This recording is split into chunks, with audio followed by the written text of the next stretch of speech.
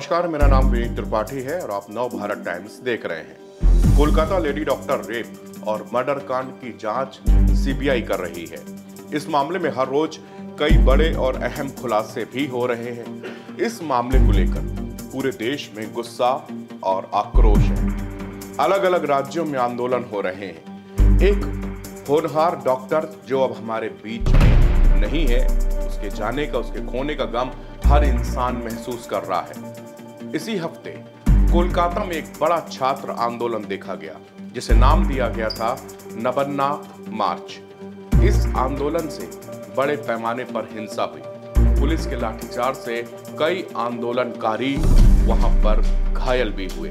कई छात्र घायल हुए, कई पुलिस वाले भी जख्मी हुए। मामले पर राजनीति खूब की जा रही है। ममता सरकार का कहना है कि आंदोलन की आड़ में बड़े पैमाने पर हिंसा करने का प्लान बनाया जा रहा था। इसी आंदोलन का एक वीडियो आपने सोशल मीडिया पर खूब देखा होगा। हावड़ा ब्रिज पर जब बंगाल पुलिस प्रदर्शनकारियों पर वाटर कैनन से पानी की तेज बौछारें मार रही थी, उसी वक्त हाथों में तिरंगा, भगवा कपड़े पहने एक बुजुर्ग इंसान बौछार के आगे डट गया था।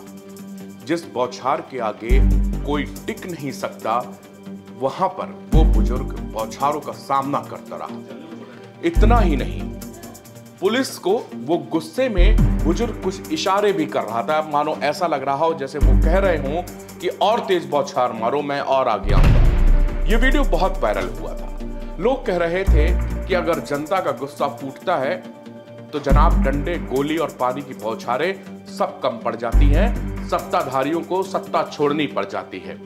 2 दिन बाद इन बुजुर्ग के बारे में पता चला ये कौन है। दरअसल इनका नाम बलराम बोस है। उन्होंने बताया कि आंदोलन छात्रों की तरफ से बुलाया गया था, मगर कहा गया कि आंदोलन में हर घर से एक इंसान जरूर शामिल हो। मैं इसी कारण आज इस आंदोलन में आया हूं। पहले सुनते हैं बलराम बोस ने क्या कहा, उसके बाद हम आपको बताएंगे दरअसल बलराम बोस कौन है। जो ये आंदोलन में बुलाया गया था, वो ये बुलाया गया था, ये कॉल छात्र की तरफ से दे रहा है, लेकिन हर घर से एक आदमी को जाना चाहिए। तो मेरा घर में लड़की है, मेरा परिवार में मेरा बहन और मेरा दीदी और भौजी सब है। तो हम लोगों को ये चिंता करना है कि उन लोगों का सुरक्षा बारे में, अगर समाज ठीक से रहे, सुरक्षित रहे, तो नारी का सम्मान होगा। अगर जिस जगह नारी का सम्मान नहीं है, उस जगह देवता भी अवस्थान नहीं करते। तो ये समाज ठीक ठाक चले, इधर सभी को सम्मान मिले, लड़की को सम्मान मिले, उनको पढ़ाई अच्छे से पढ़ाई हो, सभी एक साथ काम करे। इसलिए हमको ये लगा, भीतर से ये लगा, ये आंदोलन में आना है।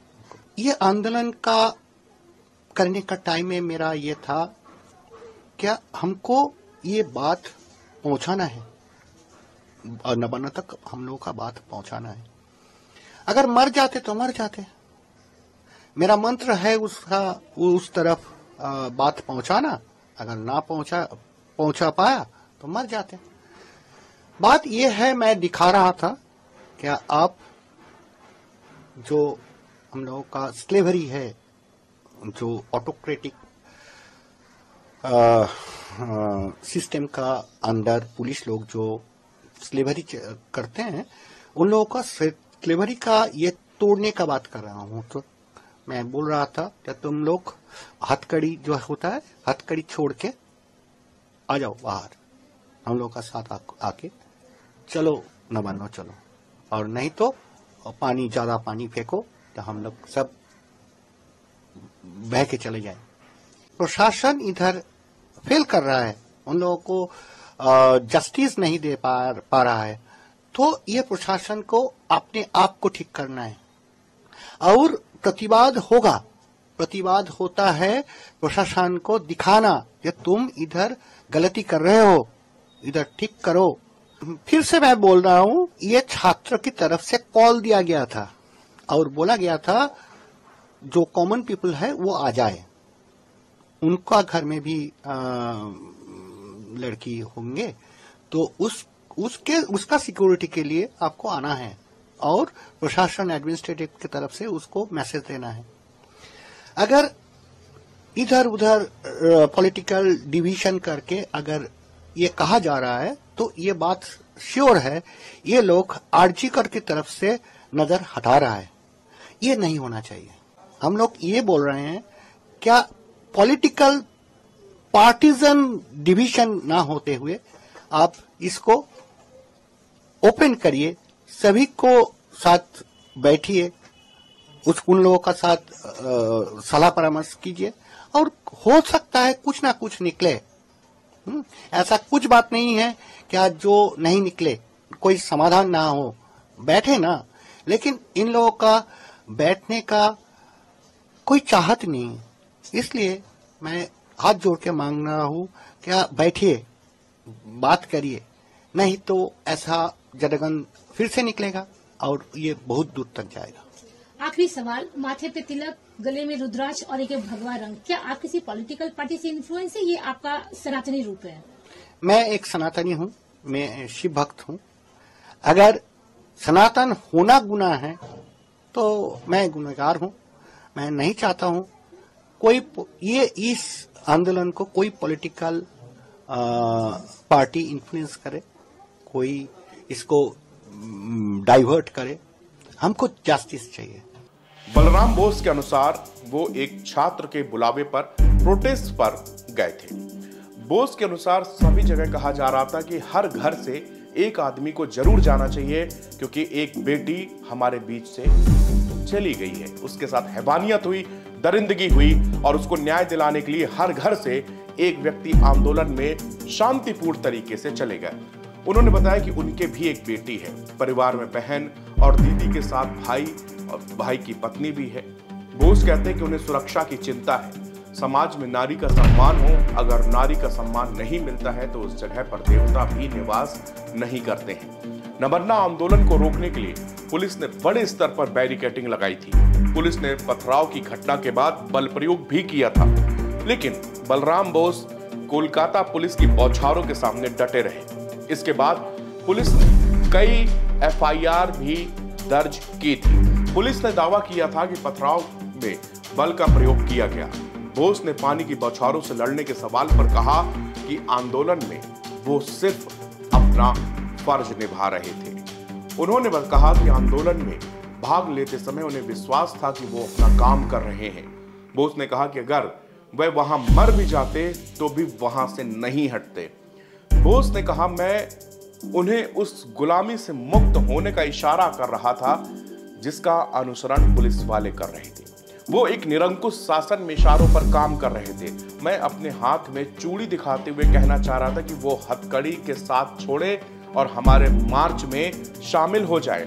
बोस ने कहा कि इस मुद्दे से पॉलिटिक्स न जोड़ी जाए, नहीं तो दूसरा मार्च भी निकालना पड़ेगा।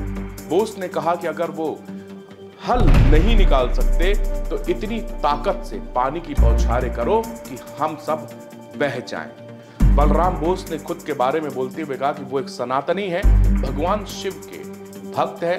बोस ने कहा कि वो किसी राजनीतिक दल से नहीं जुड़े और ना ही आगे जुड़ना चाहते हैं।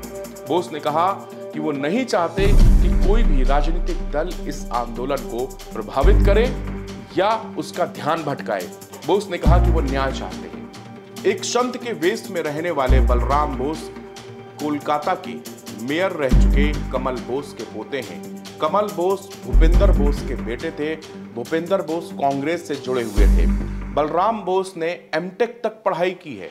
वह गणित पढ़ाना पसंद करते हैं। उनके परिवार के पास कोलकाता में करोड़ों रुपए की संपत्ति है, लेकिन उन्होंने 10 साल पहले संन्यास ले लिया था। आज जो भी इस वीडियो को देख रहा है और उनकी कही बातों को सुन रहा है, तो आज लोग उनको सलाम कर रहे हैं। करोड़ों की संपत्ति छोड़कर भगवाधारी और लंबी दाढ़ी बढ़ाए ये सन्यासी के भेष में उस आंदोलन में शामिल हुआ। वो पुलिस वालों को हाथों में इशारा करते हुए बता रहा था कि ये आप लोग भी इस आंदोलन में शामिल होइए, क्योंकि ये आंदोलन एक ऐसे प्रशासन के खिलाफ है जो प्रदर्शनकारियों के ऊपर लाठीचार्ज करवा रहा है, पानी की बौछारें फेंकवा रहा है। ये ऐसा प्रशासन है जहां पर एक जघन्य अपराध हुआ है और उसको बचाने की कोशिशें की जा रही हैं। आज हर कोई बलराम घोष के बारे में जानना चाह रहा है। उनसे जब मीडिया ने 2 दिन के बाद, प्रोटेस्ट के बाद वो चले गए थे, 2 दिन के बाद जब पता चला, तब उनके बारे में जिस तरह से जानकारियां सामने आई, उसने हर किसी को चौंका दिया है। करोड़ों की दौलत के साथ शान से एक इंसान रह सकता था, लेकिन उसको वो जिंदगी पसंद नहीं थी। इसके अलावा एमटेक तक पढ़ाई किए हुए, गणित पढ़ाना उनको पसंद है। पढ़े लिखे होने के बावजूद, करोड़ों रुपए की संपत्ति होने के बावजूद उन्होंने 10 साल पहले संन्यास ले लिया। संन्यास की भेष में बड़ी दाढ़ी रखे हुए वो रहते हैं, बच्चों को पढ़ाना पसंद करते हैं और इस आंदोलन को अपनी नैतिक जिम्मेदारी समझते हुए वो हावड़ा ब्रिज पर वो वीडियो, जो कि पानी की बौछारों के सामने वो सीना तान के खड़े हो गए थे चट्टान की तरह, और पुलिस वालों को इशारा कर रहे थे कि आप इतनी तेज बौछारें मारिए कि हम सब यहां से बह जाएं।